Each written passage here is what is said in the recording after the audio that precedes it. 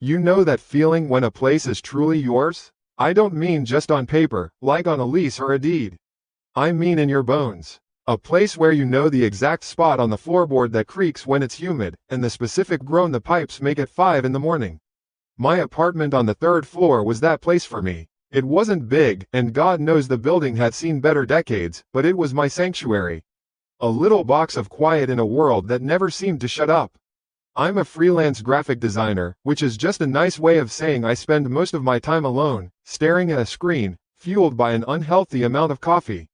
My routine was my religion. Wake up at 6:30, grind the beans, the smell itself was like a promise of productivity, and brew a pour-over while the old building slowly came to life around me. My favorite part of the day was that first cup, sitting on the cushioned bench I'd built into the wide windowsill. From there, I could look down onto the street, lined with old oak trees that formed a sort of green tunnel. I'd watch the early joggers, the guy walking his beagle, the slow, deliberate crawl of the city waking up. It was peaceful, predictable, most importantly, it was separate. The world was down there, and I was up here, safe in my glass and brick bubble. That privacy, that feeling of being untouchable, was everything to me. I wasn't antisocial, not really. I just valued my solitude. My space. It was the one thing I felt I had complete control over. That's why that Monday morning felt like such a violation. It started like any other day. The 6:30 alarm, the coffee, the window. I had a big project due for a client, a new logo for some tech startup that wanted something that looked both disruptive and approachable, which is designer speak for impossible. I was mentally preparing for a long day of moving pixels around, feeling that familiar mix of dread and determination. Around 9, I decided to grab the mail. I slid on my Birkenstocks, grabbed my keys, and opened the front door. And that's when I saw it. Tied to the cool, brass-colored handle of my door was a balloon. A single, bright, almost aggressively red balloon. I just stood there for a second, my brain trying to process it. It was weirdly out of place, a splash of carnival color against the muted beige of the hallway.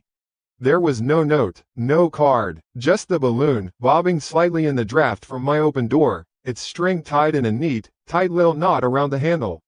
My first thought, honestly, was annoyance. What the hell was this? My mind immediately went to Mark. He was my best friend, and he had a particularly juvenile sense of humor. This felt like something he'd do. Send a random, unexplained balloon to my door just to get a confused text out of me. It was his brand of stupid. I even pulled out my phone, ready to fire off a message full of laughing emojis and calling him an idiot. But then I paused. Mark lived all the way across town. Would he really drive 45 minutes in rush hour traffic, sneak up to my 3rd floor apartment, and tie a balloon to my door just for a cheap laugh? It seemed a little elaborate, even for him. Okay, so maybe not Mark. My next thought was the kids. The Miller family lived in 4B, and their 2 boys were a whirlwind of noise and forgotten toys. I was constantly finding Hot Wheels cars and stray Legos near the stairwell. Maybe one of them had lost it, and a well-meaning neighbor found it and just tied it to the nearest doorknob, which happened to be mine. That made sense. It was a plausible, logical explanation that put the world back in its neat little box. I let out a sigh, a mix of relief and lingering irritation. I untied the string. The knot was surprisingly tight, and it took me a moment to work it loose with my fingernail. The balloon felt standard. Just a normal rubber balloon. I took it inside, held it over the trash can in my kitchen, and poked it with the tip of my scissors. It made a loud, satisfying pop that echoed in the quiet of my apartment. I dropped the shriveled red scrap into the bin, pushed it down with some coffee grounds, and that was that. A weird, 5-minute interruption to my morning. I forgot about it almost immediately, diving headfirst into the disruptive but approachable logo and the rest of my day. I did end up texting Mark later that afternoon. Just a casual, "Hey, was that you with the balloon this morning?" His reply came back a few minutes later. "Balloon? What balloon? Did you finally start microdosing?" I laughed it off. Haha, very funny. Just a weird thing. Never mind. So it wasn't him. It had to have been the Miller kids. Case closed. I worked late into the evening, ordered Thai food, watched some mindless show on Netflix, and went to bed without another thought about it. My sanctuary was secure. The world was still a predictable, logical place. Tuesday morning, the alarm went off at 6:30. The air was a little cooler, and a light rain was tapping a gentle rhythm against the window pane. It was the kind of morning that made you want to stay in bed, but routine was routine. I got up, started the coffee, and settled into my spot at the window. The street below was slick and dark, the streetlights casting long, shimmering reflections on the wet pavement. It was cozy, perfect. After my coffee, I decided to hit the small gym in the building's basement. It was a habit I was trying to stick to, and the rainy day made the prospect of a treadmill feel more appealing than a run outside. I put on my workout clothes, laced up my sneakers, and grabbed my water bottle. I felt good, normal. I opened my front door, and my heart didn't just drop. It felt like it completely stopped, like a switch had been flipped, cutting all power to my body. It was there, the balloon, the exact same shade of bright, screaming red. It was tied to the exact same spot on my doorknob. It bobbed in the hallway draft, a silent, cheerful sentinel guarding my door. For a long moment, I couldn't move. I couldn't breathe. My hand was still on the inside of the door, and my eyes were locked on that thing. My mind raced, trying to find the logical explanation again. A coincidence. It had to be a coincidence. Maybe the Miller kids had 2 red balloons. Maybe they just really liked my doorknob. But that explanation felt thin and pathetic now, like trying to plug a dam with a piece of chewing gum. Slowly, almost against my will, I leaned closer. My gaze fell on the string, and that's when the first real, icy tendril of fear wrapped itself around my spine. It was the knot. It wasn't just a similar knot. It was the same knot. I'm a designer. I noticed details. The way the string was looped twice before being pulled through, the tiny little tail of excess string angled perfectly to the left. It was identical to the one I had painstakingly untied less than 24 hours ago. This wasn't a kid. This wasn't a joke from a friend. Kids don't tie identical, precise knots. A prankster wouldn't come back and do the exact same, silent prank 2 days in a row. This was something else. This was deliberate, methodical. Someone had stood right here, in this quiet, empty hallway, while I was sleeping just a few feet away, and they had carefully, precisely, tied this balloon to my door. And they had done it twice. The cheery red color no longer looked festive. It looked like a warning. It looked like a threat. And as I stood there, staring at it, the silence of the hallway suddenly didn't feel peaceful anymore.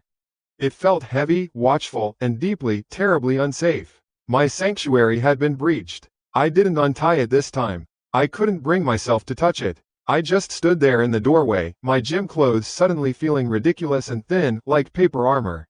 My heart was a frantic drum against my ribs. I slowly, carefully, pushed my door shut until the latch clicked, the sound echoing in the hallway like a gunshot.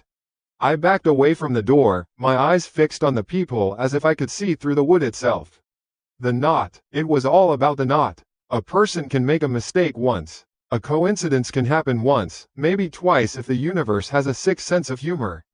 But this wasn't coincidence. This was a signature. This was a message being delivered in a language I didn't understand, but the grammar was cold, hard precision.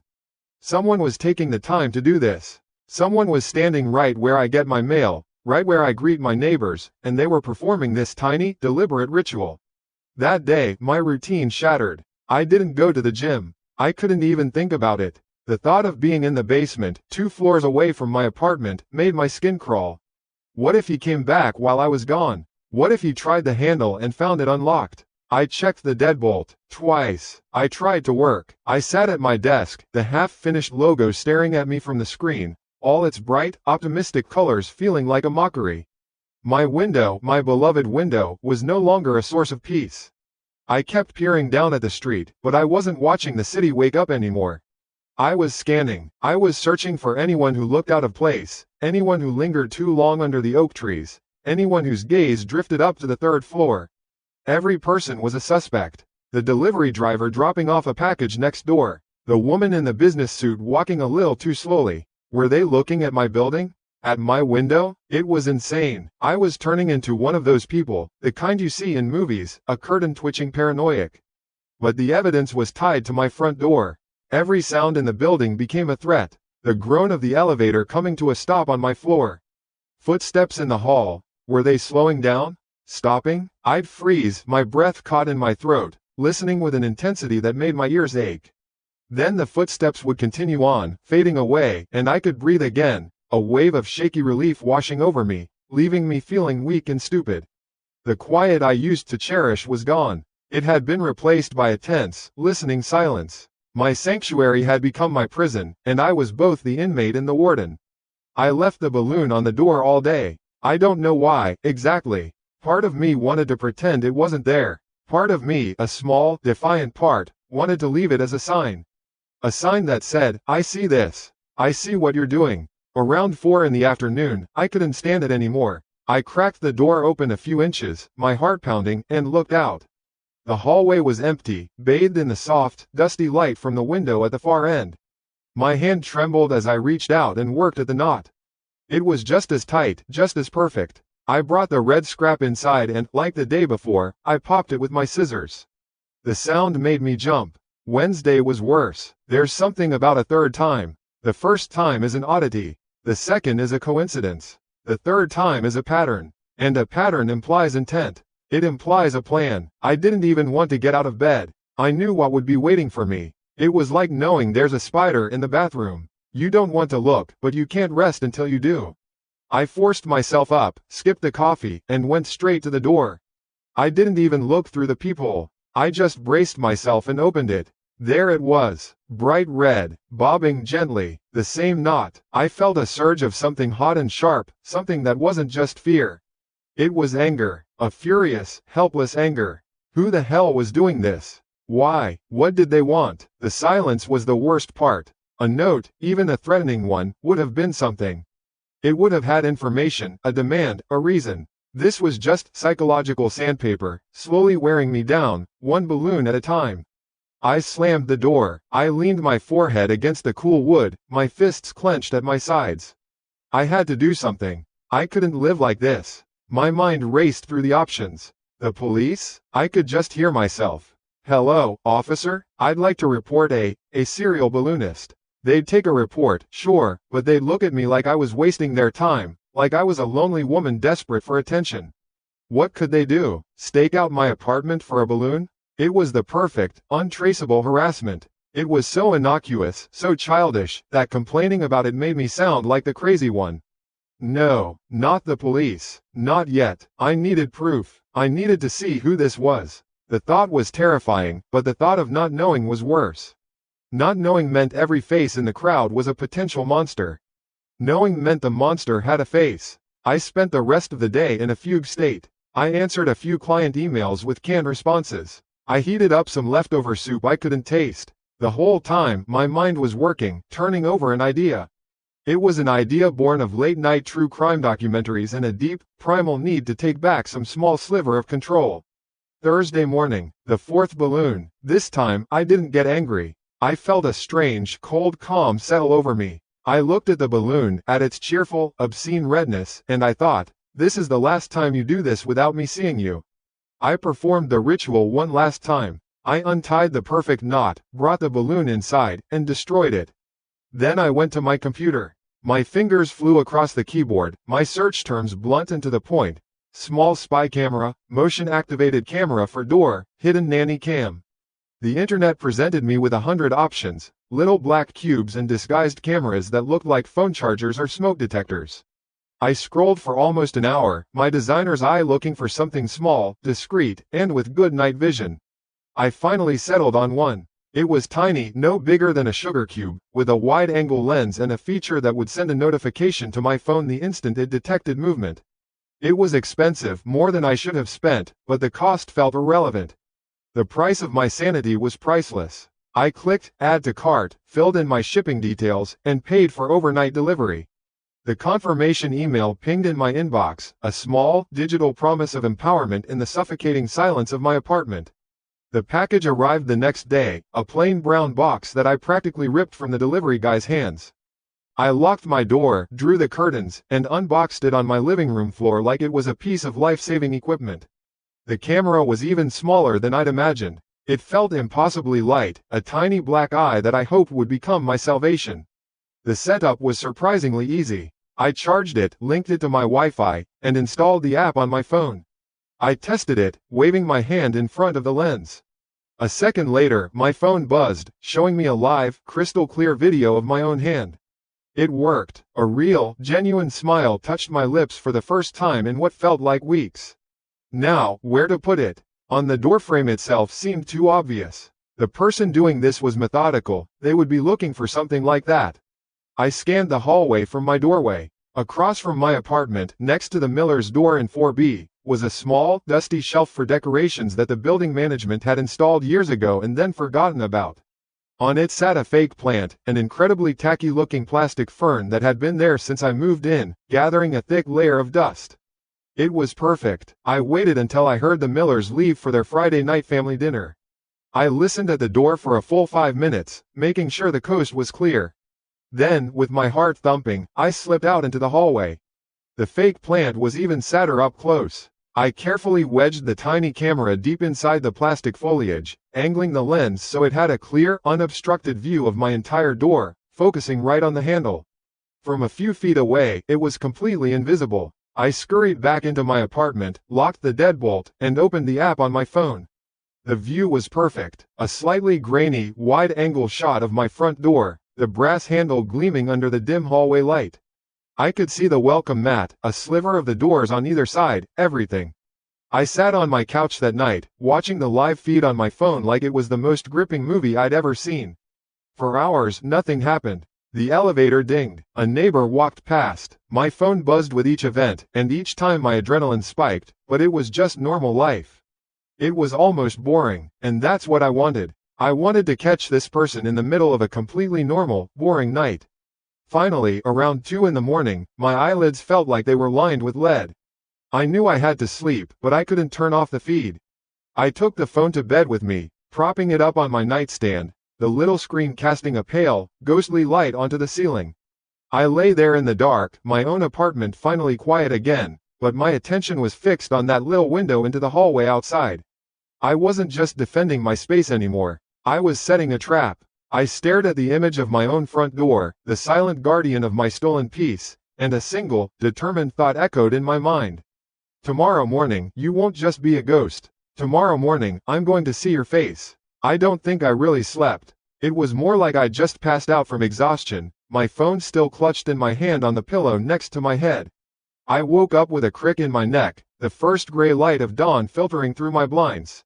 For a single, beautiful second, my mind was blank. And then, everything came rushing back. The camera, the hallway, the trap. My heart started a low, heavy thudding in my chest. It felt different from the frantic, panicked drumming of the past few days. This was a new feeling, a grim, predator's anticipation. I had a weapon now. I had an eye in the dark. I didn't reach for my coffee. I didn't even think about brushing my teeth. I just sat up in bed, my thumb hovering over the app icon on my phone, the little square that held all the answers. I made myself take a breath. Don't just look at the live feed. That's not the point. The live feed will just show me what's there now. I needed to see what happened then. I opened the app, my fingers feeling clumsy. The live view loaded, showing the empty, silent hallway. My front door, the fake plant, everything was exactly as I had left it. I exhaled, a little shaky. Nothing seemed immediately wrong. My thumb tapped on the playback button. The timeline appeared at the bottom of the screen. A long gray bar representing the last 24 hours, marked with little orange ticks wherever the camera had detected motion. A wave of giddiness, almost hysterical, washed over me. This was it. I was going to see him. I started scrolling back from the present. 6 a.m., 5 a.m., nothing. A few blips around 4:30 a.m., but the recording showed it was just the automated lights in the hallway flickering for a second. I kept going. 3 a.m., 2 a.m., my heart was thumping harder now, in time with the scrolling footage. There, an orange tick at 1:17 a.m. I tapped it. The video played. It was just a guy from down the hall, probably coming home from a late shift at a bar, fumbling with his keys for a moment before letting himself in. I watched him, rewound it, and watched him again. He didn't even glance at my door. Okay, he was clear. Another tick. 12:45 a.m. The Millers, my neighbors, coming home from their Friday night out. I watched them chat for a second before going into their apartment. They didn't notice the camera, of course. Why would they? It was perfectly hidden. I felt a surge of pride. It had worked. I kept scrolling back, my eyes glued to the screen. 11:30 p.m. The orange cat from the second floor, the one everyone fed, sauntered past, its tail held high. 10:52 p.m. A pizza delivery for someone on the floor above. The night was a parade of the ordinary, the beautifully, blessedly mundane. And with every normal event, the tension coiled tighter in my stomach. I knew he had to be in there somewhere. The pattern was unbreakable. Sometime in the dead of night, he would have come. I got to 2:50 a.m. The hallway was still, bathed in that dim, yellow-orange glow of the emergency lighting. The air on the screen looked thick with silence. I watched the timestamp at the bottom of the screen tick forward. 2:55, 2:56. My breathing was shallow. This was the window. This was his time. I leaned closer to the phone, my knuckles white from gripping it. Then it happened. At exactly 2 hours 57 minutes and 0 seconds a.m., the image on my screen dissolved. It wasn't a freeze. It didn't go black. It erupted into a blizzard of hissing, roiling static. A loud, abrasive shish sound came from my phone's speaker. A sound I hadn't heard since I was a kid and the TV channels went off the air for the night. It was pure, digital chaos. My first thought, the rational one, was an equipment failure. A Wi-Fi drop. Of course. Just my luck. For the one night I needed it to work perfectly, the damn thing fails. A wave of bitter disappointment crashed over me, but I kept watching, my finger poised over the timeline. The static raged on, a waterfall of meaningless black and white pixels. The timestamp kept ticking. 2:58, 2:59. He must have come during this window. He must have gotten impossibly, infuriatingly lucky. 3 o'clock, 3:01. The static hissed and spat. And then, at exactly 3 hours 2 minutes and 0 seconds a.m., as suddenly as it had started, it stopped. The image snapped back into perfect, stable clarity. The hallway was there again. The fake plant was there. The welcome mat was there. My door was there, and tied to my doorknob, bobbing gently in the still air, was the balloon. Bright, gleaming red. I stared. I literally could not process what I was seeing. I rewound the footage, played it again. The clear hallway, the sudden, 5-minute-long explosion of static. The reappearance of the clear hallway, now with the balloon. A cold dread, so much colder and heavier than simple fear, began to pool in my stomach.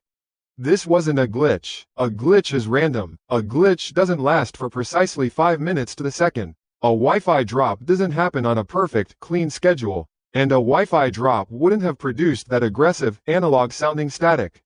That wasn't an error message. That was a jamming signal. He knew. The realization hit me with the force of a physical blow. I felt the air leave my lungs. He knew about the camera. My clever little trap, my one bid for control, my secret eye in the hall, he knew about it.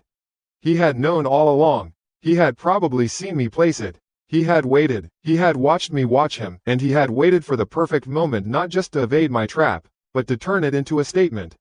He hadn't just avoided being seen. He had actively blinded me. He had walked right up to my door, deployed whatever device he used to block the signal, and performed his ritual in the 5 minutes of digital darkness he had created. And then, just as methodically, he had turned my camera back on, leaving the evidence for me to find. He wanted me to see this. He wanted me to know that my best effort was child's play to him. That I wasn't the one setting the trap. I was the one in the cage, and he was just rattling the bars. The phone felt impossibly heavy in my hands. The hope I'd felt, the small, fierce flicker of empowerment, was gone. It had been replaced by a vast, hollow sense of impotence. I wasn't dealing with some random creep or a neighborhood kid. I was dealing with someone intelligent, someone methodical, someone with technical skill. The walls of my apartment, which had felt like a prison before, now felt like a tomb.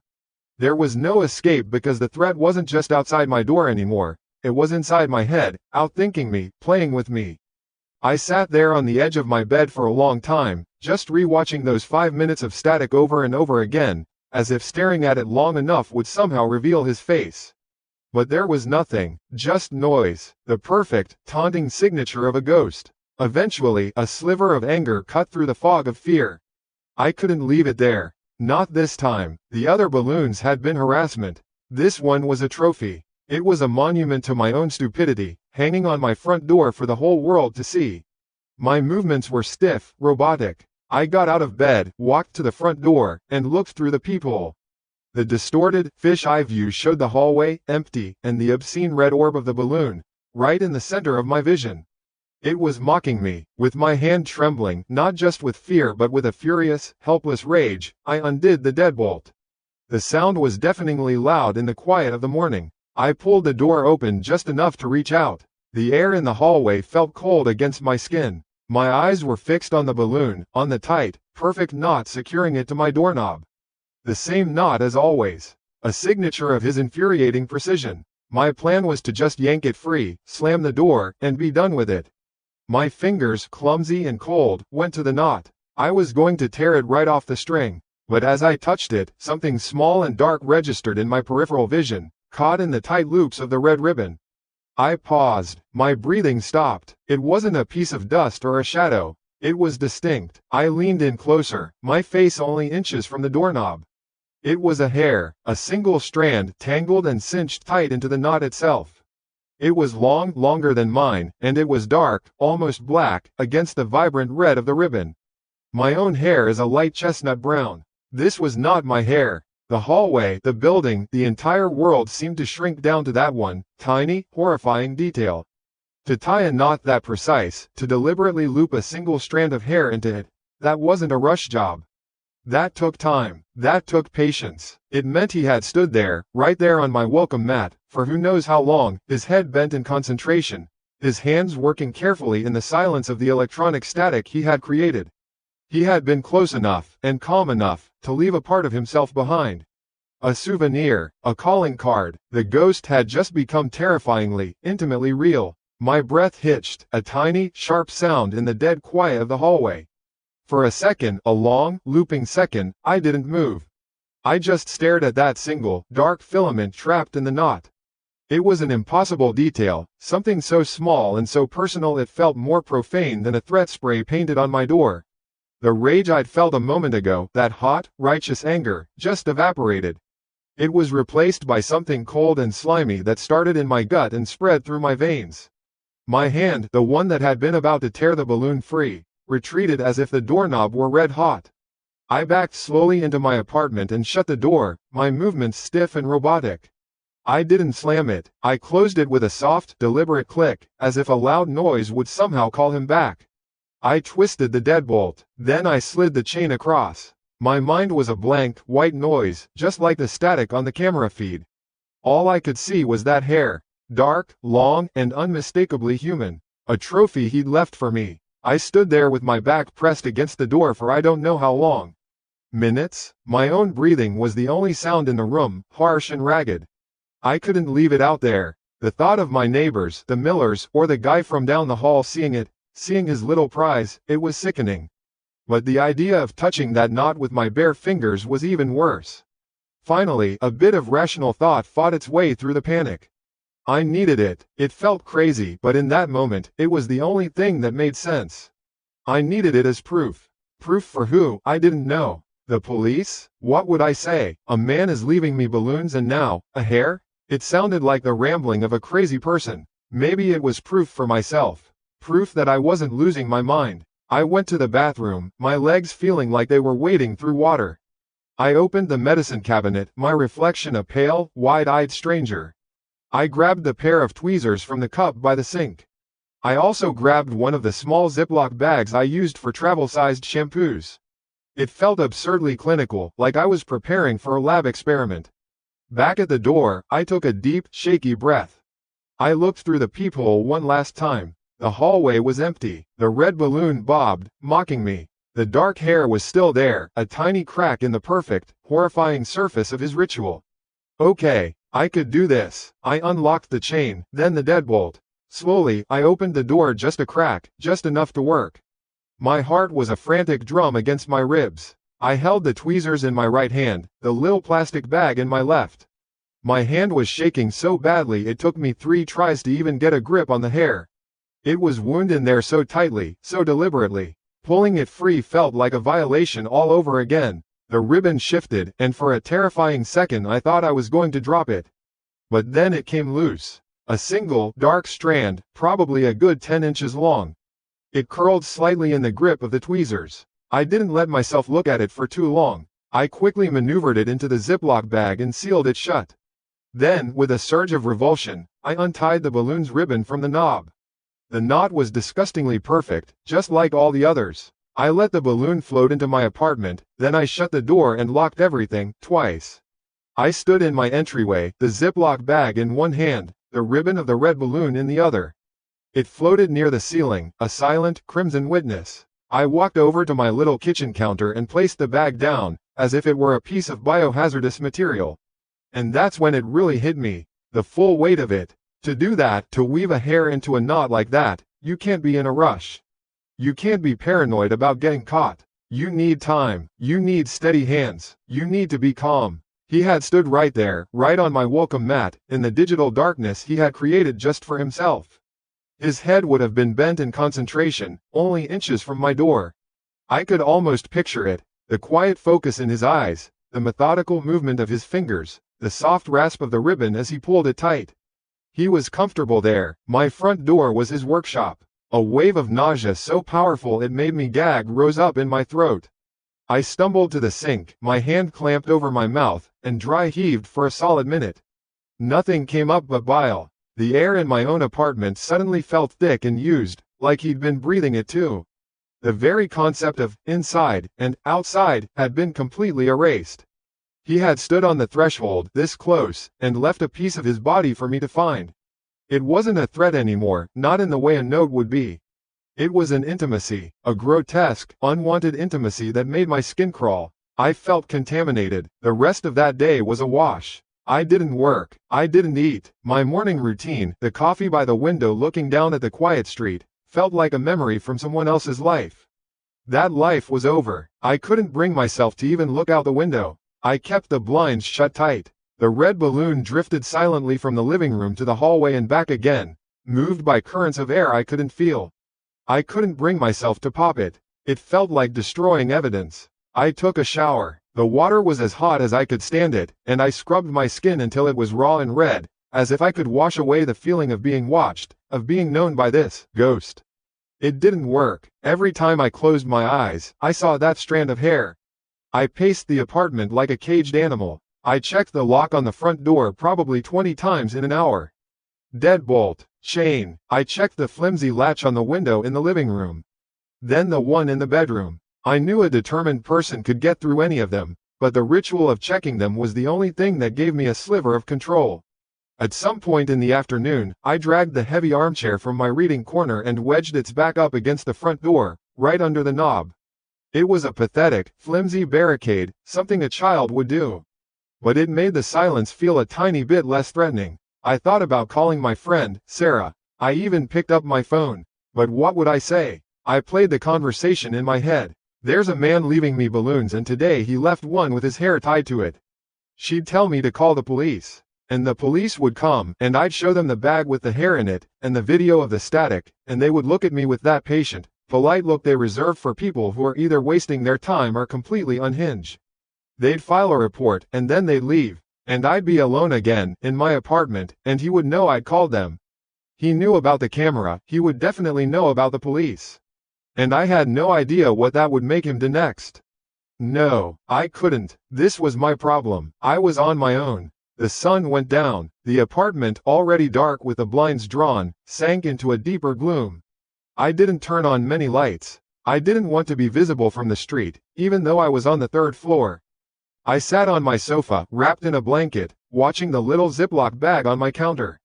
It was the only real thing in the whole nightmare. Night came, and with it, a whole new symphony of terror. You see, my building is old. It's part of its charm, or so I used to think. It's always making noises. The settling of the foundation, the groaning of the water pipes when a neighbor takes a shower, the creak of floorboards in the apartment above. They were just the familiar sounds of home. But not anymore. That night, every sound was him. The groan of the pipes was him, somewhere in the walls. The scraping of a tree branch against my window was his fingernails, testing the glass. The distant slam of a car door down on the street was him, arriving.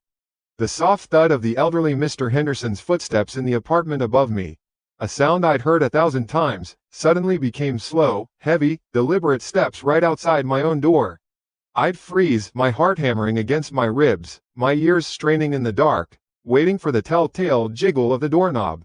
But it never came. The sound would fade, and I'd be left trembling in the silence.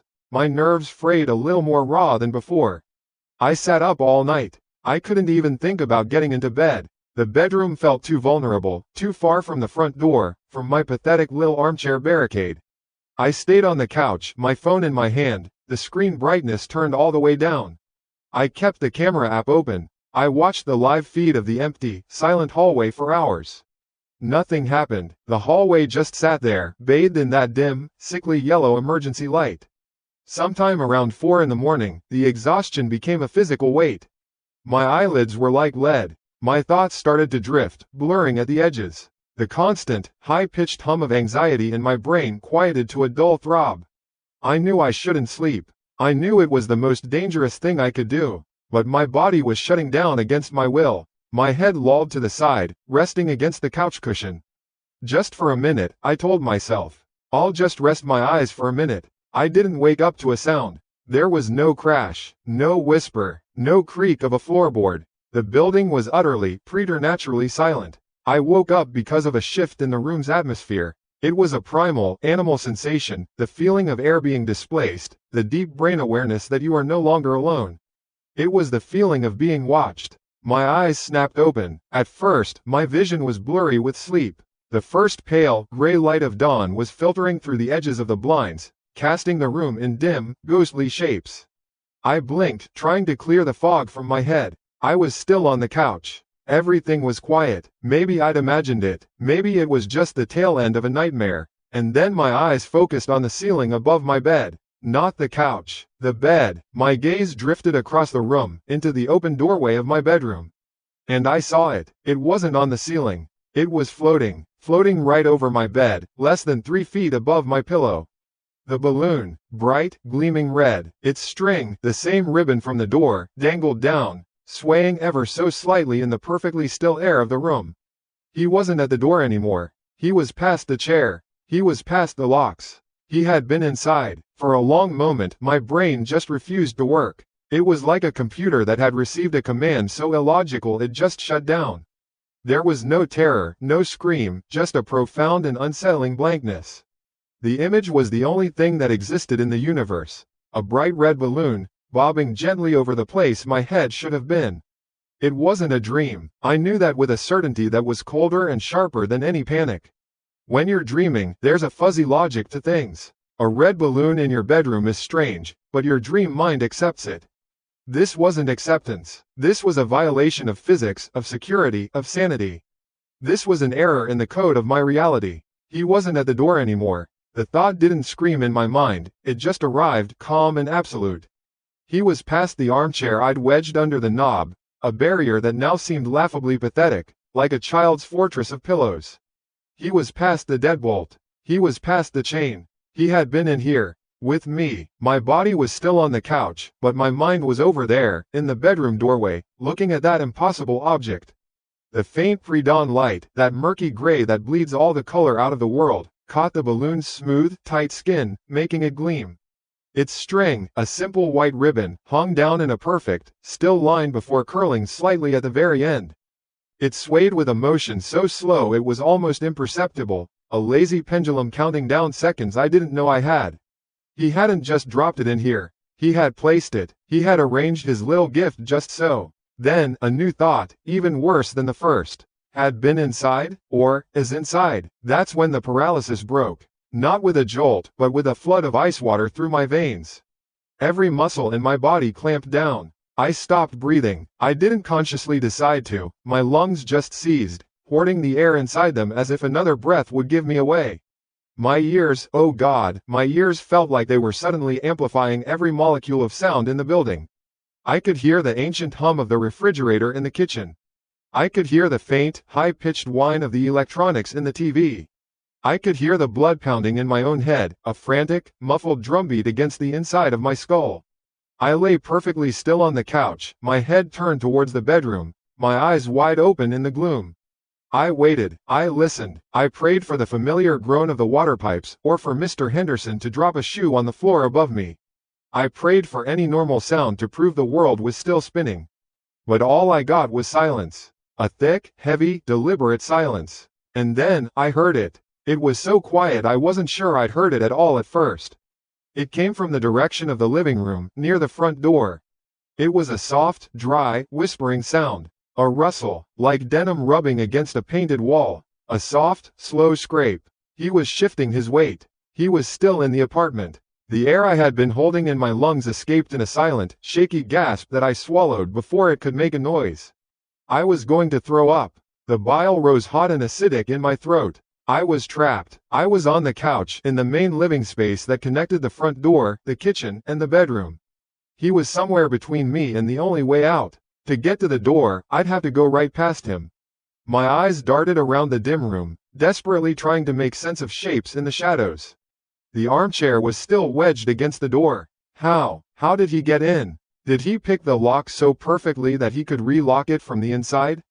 The window? No, I'd checked the latch. It was old and flimsy, but it was latched. It didn't matter. The tactical questions were pointless. A monster was in my house, and he was standing between me and the door. My phone. It was on the nightstand. Not the nightstand next to my bed. That was in the room with the balloon, a space that now felt like a contaminated zone. It was on the little end table right next to the couch. I had left it there when I dozed off. I could see its dark, rectangular shape, maybe 2 feet from my head. A plan, sharp and desperate, sliced through the panic. Get the phone. Don't make a sound. Call 911. Don't speak. Just dial and leave the line open. They can trace it. They'll hear. They have to hear. I began to move. It was the slowest I have ever moved in my life. Every fiber of my being screamed at me to bolt, to run, to scream, but I knew, with that same cold, primal certainty, that a sudden move would be the end. A predator responds to the panicked flight of its prey. I had to become a creature made of shadow and silence. My arm, the one tucked under me, started to inch its way out. The fabric of my sweatshirt sleeve whispered against the couch cushion, a sound that roared like a jet engine in my ears. I froze, listening. Nothing, just that oppressive, waiting silence from the living room. Okay, I started moving again. My fingers, trembling but determined, crept across the space between me and the table. 1 inch, then 2. The tips of my fingers brushed against the cold, smooth glass of the end table. My heart felt like it was going to explode. Another inch, and my forefinger touched the edge of the phone. I had it. I didn't dare pick it up. The motion would be too large, too loud. I just needed to wake the screen. I drew my finger back a fraction of an inch and then tapped the screen. It remained dark, of course. Tap to wake was a feature I turned off months ago to save battery. I had to press the side button. My thumb, moving with an agony of slowness, slid around the edge of the device. I found the button. I held my breath again, and pressed. The screen lit up, casting my face and the ceiling in a faint, ghostly blue light. My face, reflected in the dark screen for a split second, was a pale, terrified mask. And as I shifted my weight just slightly to get a better angle on the emergency call button, the floor beneath me betrayed me. It wasn't even under me. It was a single, loose floorboard under the leg of the couch. As my weight shifted, it settled. Creak. The sound was small. In the daytime, with the TV on or music playing, I would never have noticed it. But in the dead, preternatural silence of that room, it was a gunshot. It was a church bell. It was a klaxon horn announcing my exact location, my consciousness, my terror. And the rustling from the living room stopped. Everything stopped. The refrigerator hum seemed to stop. The pounding in my head seemed to stop. All the air, all the sound, all the energy in the universe was sucked out of my apartment, leaving behind a perfect, ringing vacuum. He had been quiet, but he had been making some noise. Now there was nothing, nothing at all. He knew I was awake. I lay there, my thumb hovering over the screen, my entire body rigid. A second passed, 2. It felt like an eternity. My mind was screaming, do it, call, do it now, do it, do it, do it. But my body wouldn't obey. I was paralyzed by that silence. It was worse than the sound had been. It was the sound of a predator that has stopped stalking and has started to hunt. Then, I heard the new sound, and it made the blood in my veins turn to sludge. Thump. It was a soft sound. A footstep, but it wasn't a normal footstep. There was no heel-toe sound of a shoe. It was the soft, flat, fleshy sound of a socked foot, or a bare foot, on a hardwood floor. He had taken his shoes off. He hadn't been planning on a quick entry and exit. He had come inside to stay. My mind finally broke free. This was it. There was no more hiding. My thumb jabbed at the screen, hitting the emergency button on the lock screen. The dial pad appeared. My fingers shook uncontrollably as I stabbed at the numbers. 911. My thumb hovered over the green call button. Thump. Another footstep. Closer. This one was more distinct. It was slow, measured, deliberate. There was no rush in it. No panic. It was the sound of someone who knew they had all the time in the world. Someone who was savoring the moment. He was walking from the front door, down the short hallway that led past the kitchen and towards the conjoined space of my living room and bedroom. He was coming for me. My thumb slammed down on the call button. The screen changed. It said, calling. Thump. He was just outside the bedroom doorway now. I could almost feel his presence, a pocket of cold, dense air in the room. I yanked the phone to my ear. I couldn't hear a ring. I couldn't hear anything. Was the call even going through? I didn't have time to wonder. In the unnatural silence between his footsteps, as I held the dead, silent phone to my ear, my eyes were locked on the doorway to my bedroom. I couldn't see him. He was just outside the frame, in the shadows. But I could see the door. And I could see the doorknob. It was a simple, brass-colored, round knob. An ordinary doorknob I had touched 1,000 times a day. And as I watched, frozen in a state of horror so pure and so absolute that it felt like enlightenment, the doorknob began to turn. It didn't jiggle or rattle. He wasn't trying to force it. It turned with a smooth, silent, mechanical precision. Slowly, terribly, the latch inside the mechanism was retracting without a sound. He had a key, or he had the skill of a ghost. The metal shaft of the knob rotated, its polished surface catching a sliver of the gray dawn light, turning it into a slow, mocking wink. It turned, and it turned, and it turned, until it could turn no more. A soft, final click echoed in the room as the latch fully disengaged from the doorframe. And then, everything was still once more. The click of the latch was a period at the end of a sentence I didn't want to read. It was final, definitive. He was through. For a half-second that stretched into a cold eternity, my body and brain were two separate entities. My brain was a screaming, useless passenger, and my body was pure animal instinct. There was no heroic plan, no surge of adrenaline-fueled rage. There was only the base, primal command of prey. Move. I didn't scream. A scream was a sound, a challenge, an announcement. I became silence. I rolled off the couch, not towards the bedroom where he was, but away from it, hitting the hardwood floor with a soft, clumsy thud that hardly registered. My shoulder protested, but I was already moving, half crawling, half scrambling on all fours like a panicked crab. The phone was still clutched in my right hand, a useless black brick I hadn't let go of. My target was a door I almost never use, a flimsy thing that led from the far side of the living space into the tiny, galley-style kitchen. It was meant to be a convenience, I suppose, for bringing groceries straight from the front door to the kitchen without crossing the living room. Right now, it was my only chance. My only way to put another barrier between him and me. Thump. A heavy, flat-footed step inside the bedroom. He was in there now. Probably looking at the bed, expecting to see me. The thought gave me a precious extra second. I reached the kitchen door, my fingers fumbling for the cheap, brass-colored knob. It felt slick and alien in my sweaty palm. I pulled it open, scrambled through the narrow opening, and slammed it shut behind me. There was a little slide bolt on the kitchen side, a pathetic piece of metal I'd never once used. My trembling fingers fought with it. It was stiff from disuse. For a terrifying moment, it wouldn't budge. I put all my weight behind my thumb, my nail bending backward, and it shot home with a loud, metallic scrape. I was up on my feet now, in the cramped, dark kitchen.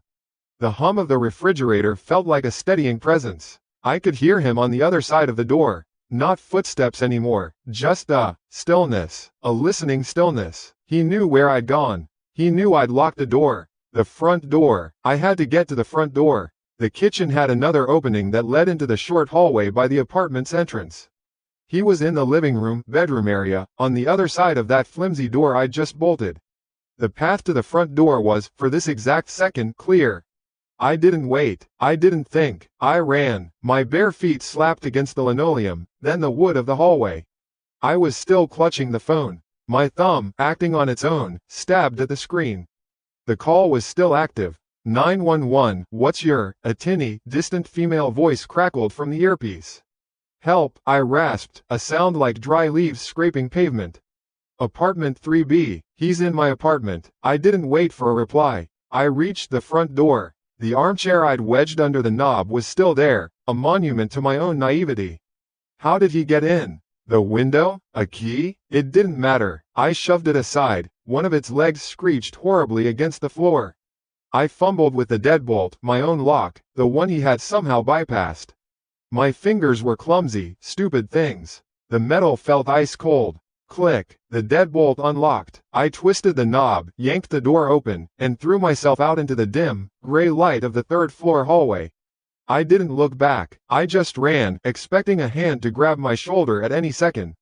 I pounded down the first few steps of the main staircase before daring to glance over my shoulder.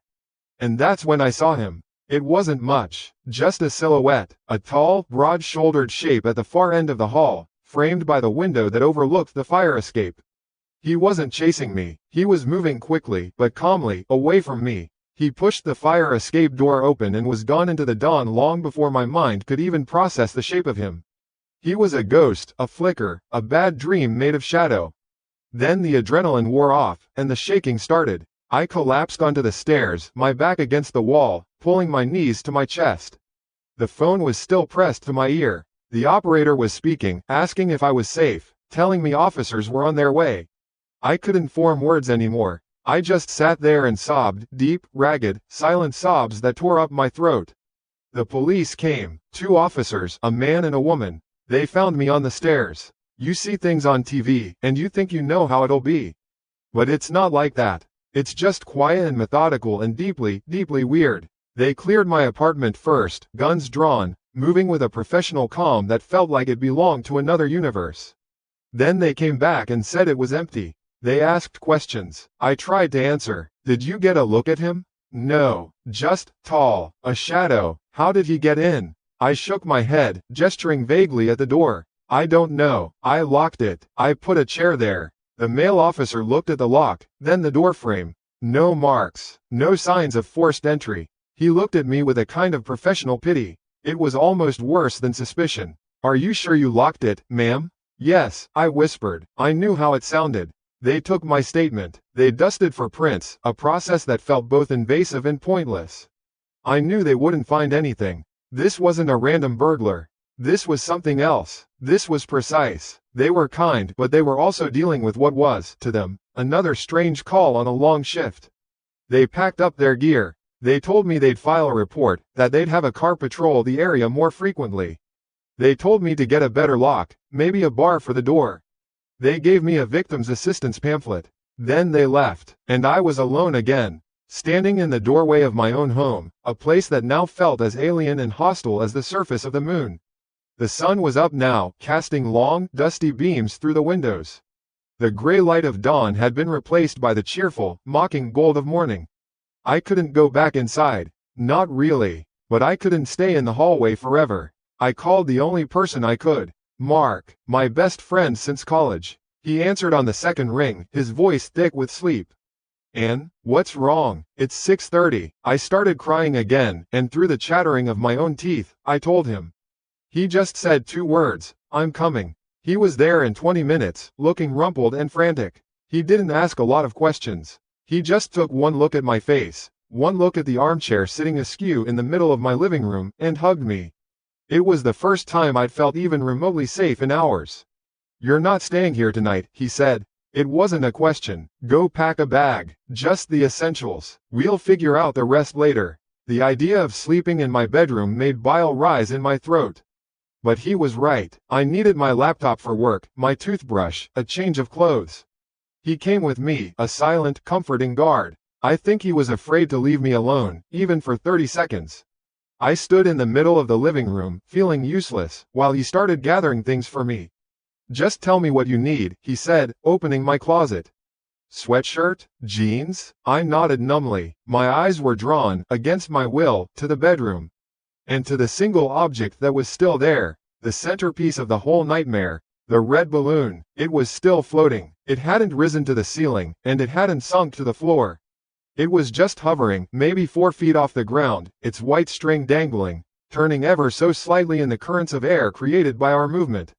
A silent, crimson sentinel. Mark followed my gaze. He walked into the bedroom, his brow furrowed. He looked at the balloon, then back at me. "This is the one?" I nodded. He reached out and took the string. "Jesus, Ann, this is so messed up." He started to walk out of the room with it, presumably to throw it away. He paused in the doorway. "Weird," he said, more to himself than to me. He bounced it in his hand a little. "What?" My voice was a croak. "I don't know. Look." He held it out. "It's not really floating, you know? Like with helium, but it's not dropping either. It just kind of hangs there." He was right. It wasn't buoyant. It didn't strain upwards against his hand. It hung from the string with a strange, listless weight, like it was perfectly balanced with the air around it.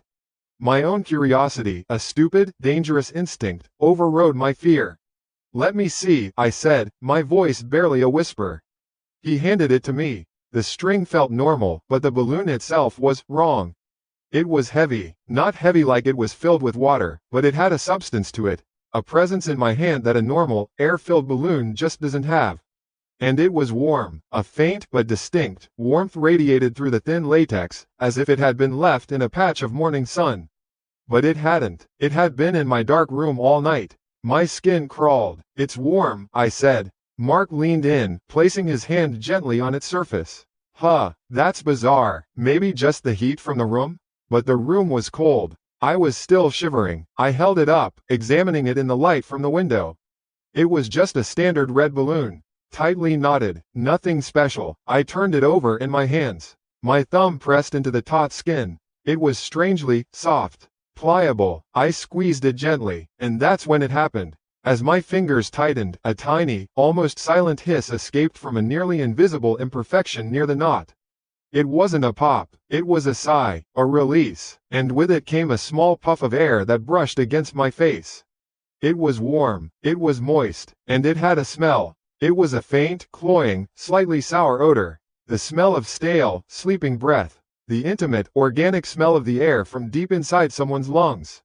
The world tilted on its axis. The police, the locks, the fear of a man in my house, all of it paled.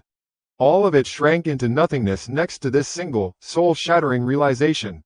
He hadn't brought a balloon into my room. He had stood there, in the dark, beside my bed. He had stood there long enough for the balloon to cool, long enough to ensure his gift would be the first thing I saw. And he had inflated it. Slowly, quietly, he had filled it with his own breath as he watched me sleep. The balloon in my hand began to sag, the last of its grotesque contents seeping into the air of my room, the air I was breathing. The gift he left me each morning wasn't a balloon. It was a promise. It was a portion of himself, a piece of his own living essence, left to hover over my face while I slept. He wasn't just in my home. He was in my lungs.